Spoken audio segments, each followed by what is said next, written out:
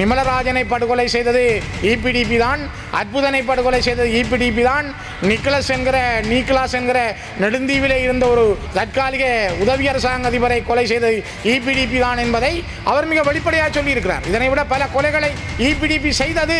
இசைப்பிரியா என்கிற பெண் உங்கள் சகோதரி எவ்வாறு இலங்கை இராணுவத்தால் மிக மோசமாக படுகொலை செய்யப்பட்டார்.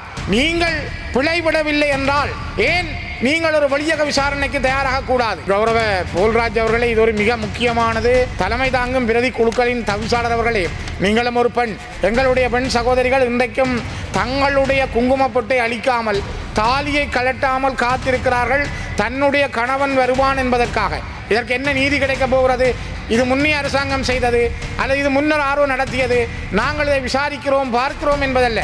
தாய்மார்கள், இங்கே நீங்கள் சொன்னது போல ஒரு கருத்தரித்த அம்மாவினுடைய உணவு என்பதை அரசாங்கம் அதிகமான கரிசனை செலுத்த வேண்டும் என்பது மிக மிக முக்கியத்துவம் வாய்ந்தது.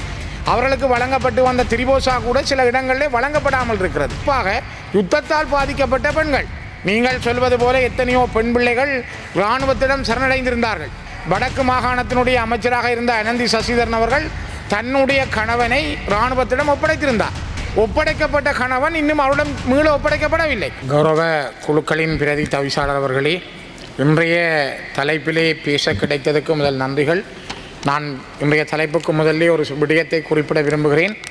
மன்னார் மாவட்டத்தினுடைய முழு மன்னார் மாவட்டத்துக்குமான திண்ம கழிவகற்றல் நிகழ்ச்சி திட்டத்திற்காக ஆசிய அபிவிருத்தி வங்கியின் 69 மில்லியன் ரூபாவும் மன்னார் நகரசபையினுடைய 8 மில்லியன் ரூபாவுமாக மொத்தம் 77 மில்லியன் ரூபாக்களில் ஒரு இடம் ஒதுக்கப்பட்டு 2012 15 வரை வேலை திட்டங்கள் மேற்கொள்ளப்பட்டு 2015 இந்த கழிவகற்றல் திட்டம் நடைமுறைப்படுத்தப்படுகிறது. ஆனால் இப்பொழுது ஒரு பொது நிறுவனம் ஒன்றினூடாக அந்த கழிவகற்றல் திட்டத்துக்கு தடை விதிக்கப்பட்டிருப்பதோடு நீதிமன்றத்தில் வழக்கும் தாக்கல் செய்யப்பட்டிருக்கிறது. இதைவிட அந்த இடத்தை வழங்க முடியாதென வனவள திணைக்களம், வன ஜீவராசிகள் திணைக்களம் தடையாக இருப்பது கூட மன்னார் மாவட்டத்தினுடைய முழுமையான கழிவகற்றல் திட்டத்திற்கு அது ஒரு மிகப்பெரிய பாதிப்பு. இந்த விடயத்தை இந்த சபையிலே நான் கவனத்துக்கு கொண்டு வருகிறேன். இது தொடர்பான முழு விவரங்களையும் நான் அடுத்த சபை அமர்விலே சமர்ப்பிக்கிறேன் என கூறி, இன்றைய தினம் மிக முக்கியமான பல விடயங்கள் இங்கே பேசப்பட்டாலும் மகளிர் சிறுவர் தொடர்பான அமைச்சர் மாண்புமிகு போல்ராஜ் அவர்கள் இங்கே இருப்பது நல்லது. நான் நினைக்கிறேன் அவருடைய உரையை நான் மிக அவதானமாக பார்த்து கொண்டிருந்தேன். இலங்கையிலே பெண்கள் படுகின்ற துயரங்கள், பெண் தலைமைத்துவ குடும்பங்களுக்கு இடையிலே இருக்கின்ற அவர்களுக்கான இடைஞ்சல்கள் தொடர்பிலே அவரும் சில விடயங்களை தொட்டு வைத்திருந்தார். கௌரவ அமைச்சர் அவர்களே, நான் நினைக்கிறேன் 2009ஆம் ஆண்டு யுத்தம் முடிந்த பிற்பாடு இலங்கையிலே அதிகமான பெண் தலைமைத்துவ குடும்பங்கள் வடக்கு கிழக்கிலே தான் இருக்கின்றார்கள். குறிப்பாக கிஸ்புல்லா அவர்கள் பெண் மகளிர் விவகார அமைச்சராக ஒரு முறை இருந்த பொழுது இதே சபையிலே அவர் பதிவு செய்திருந்தார் 90,000க்கு மேற்பட்ட பெண்கள் பெண் தலைமைத்துவ குடும்பங்களாக வடக்கு கிழக்கிலே இருக்கின்றார்கள் என்று. ஆகவே பெண் தலைமைத்துவ குடும்பங்களுடைய தொகை வடக்கு கிழக்கிலே அதிகரித்து இன்றும் அவர்களுடைய வாழ்வாதாரங்கள் என்பதிலே பல்வேறுபட்ட நெருக்கடிகளை அவர்கள் சந்திக்கிறார்கள். போசாக்கின்மை என்பது கூட மிகப்பெரிய நெருக்கடி. உதாரணமாக நீங்கள் இலங்கையில் இருக்கின்ற போசாக்கிலே குறைந்த மாவட்டங்களில் முதன்மையான மாவட்டங்களில் கிளிநொச்சியும் ஒன்றாக இருக்கின்றது. இதனை விட யாழ்ப்பாண மாவட்டத்திலே குறிப்பாக தீவு பகுதியிலும் நெடுந்தீவு பகுதிகளில் போசாக்கின்மையினுடைய குறைபாடுகள் பற்றி பேசப்படுகிறது.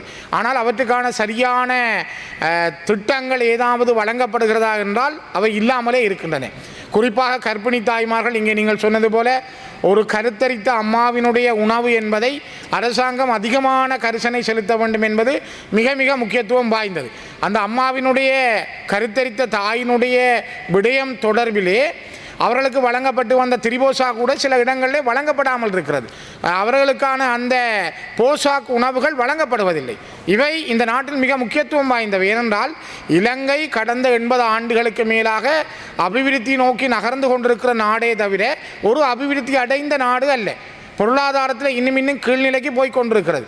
சுய பொருளாதாரம் இல்லை. இன்னுமே வெளிநாட்டினுடைய உதவிகளை நம்பி வாழுகின்ற ஒரு நாடாக இலங்கை இருக்கிறது என்றால் இலங்கையினுடைய போசாக்கு, இலங்கையினுடைய சுகாதாரம், இலங்கையினுடைய பெண் தலைமைத்துவ குடும்பங்களுடைய வாழ்க்கை என்பதிலே அதிகமான கரிசனைகள் வேண்டும். அதிலும் குறிப்பாக யுத்தத்தால் பாதிக்கப்பட்ட பெண்கள், நீங்கள் சொல்வது போல எத்தனையோ பெண் பிள்ளைகள் இராணுவத்திடம் சரணடைந்திருந்தார்கள். இன்று வரை அவர்கள் காணப்படவில்லை. உதாரணத்துக்காக வடக்கு மாகாணத்தினுடைய அமைச்சராக இருந்த அனந்தி சசிதரன் அவர்கள் தன்னுடைய கணவனை இராணுவத்திடம் ஒப்படைத்திருந்தார். அவர் அதுக்காக வழக்கு தாக்கல் செய்திருந்தார். நீதிமன்றம் அந்த சம்பந்தப்பட்ட இராணுவத்தை கூட அழைத்திருந்தது. இதுவரை ஒப்படைக்கப்பட்ட கணவன் இன்னும் அவரிடம் மீள ஒப்படைக்கப்படவில்லை. காணாமல் போனோர் பட்டியலையே இப்பொழுதும் வைத்திருக்கிறார்கள். நீங்கள் உங்களுக்கு நன்றாக தெரியும், கிட்டத்தட்ட 8 ஆண்டுகளுக்கு நெருங்குகிறது.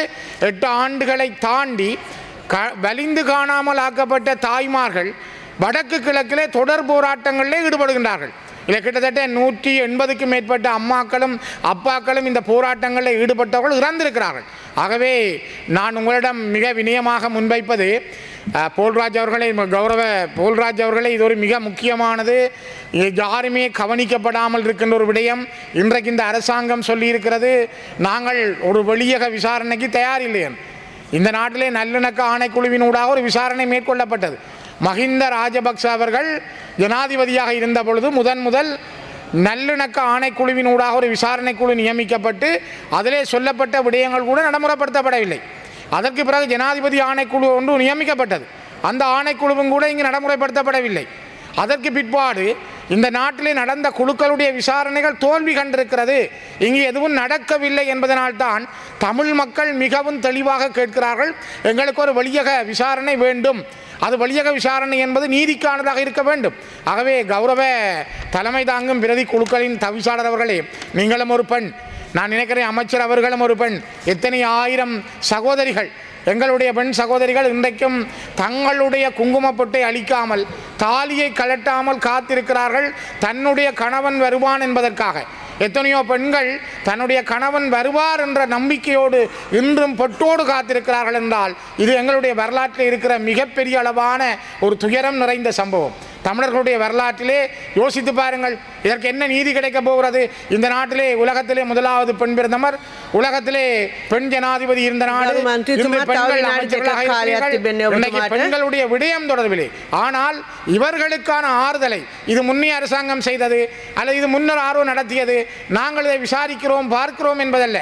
பட்டளந்த மீது நீங்கள் எவ்வளவு அக்கறை கொள்கிறீர்களோ அதே போல வடக்கு கிழக்கில் இருக்கின்ற உங்களுடைய இந்த சகோதரிகள், உங்களுடைய பிள்ளைகள், உங்களுடைய குழந்தைகள் தன்னுடைய அப்பா அம்மாவை தேடி ஏக்கத்தோடும் தன்னுடைய வேதனையோடும் வாழுகிற ஒவ்வொரு குழந்தைகளுடைய வரலாறுகளையும் யோசித்து பாருங்கள். ஆகவே தயவு செய்து நான் இந்த இடத்திலே திரும்பவும் சொல்லுகிறேன், அண்மையில் கூட இபிடிபியினுடைய ஒரு உறுப்பினராக இருந்த 18 வருஷங்கள் டக்ளஸ் சிவானந்தாவோடு இருந்த சதா என்கிற சுப்பையா பொன்னையா என்பவர் கடந்த 9ஆம் தேதி, இந்த மாதம் 9ஆம் தேதி யாழ்ப்பாணம் ஊடக மையத்திலே சென்று அவர் ஒரு ஊடக செய்தியை சொல்லியிருந்தார்.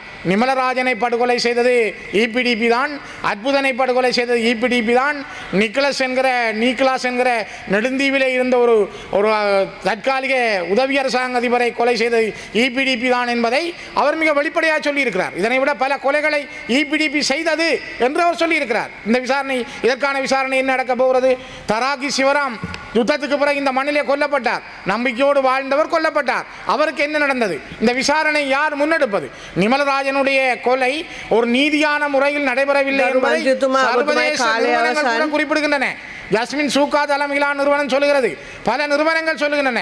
நிமலராஜனுடைய கொலை கூட மூடி மறைக்கப்பட்டது, தராகி சிவராமனுடைய கொலை மூடி மறைக்கப்பட்டது. அவ இந்த நாட்டிலே நடந்த இசைப்பிரியா என்கிற பெண், உங்கள் சகோதரி, எவ்வாறு இலங்கை இராணுவத்தால் மிக மோசமாக படுகொலை செய்யப்பட்டார், அதே போல எத்தனை சகோதரிகள் கொல்லப்பட்டார்கள். தயவு செய்து ஒரு நீதியான விசாரணை என்பது உங்களால் செய்ய முடியாது. நீங்கள் உங்கள் இராணுவத்தை காப்பாற்ற நீங்கள் நினைப்பது நியாயம், இந்த நாட்டை காப்பாற்ற நீங்கள் சொல்வது நியாயம். ஆனால் நீங்கள் பிழைவிடவில்லை என்றால், நீங்கள் நீதியின் வழி நடந்தவர்கள் என்றால், ஏன் நீங்கள் ஒரு வெளியக விசாரணைக்கு தயாராக கூடாது? ஏன் நீங்கள் அதனை தடுக்க வேண்டும்? போல்கட்டேக்கர் அவர்கள் சொன்னது போல, நீங்கள் இந்த ஒரு வெளியக பொறிமுறைக்குள் வர தவறினால் இந்த நாட்டிலே நீதி, நல்லிணக்கம், சமாதானம் என்பது எப்பொழுதும் ஏற்படாது என்பதைத்தான் நான் மீண்டும் இந்த இடத்திலே வலியுறுத்துகின்றேன்.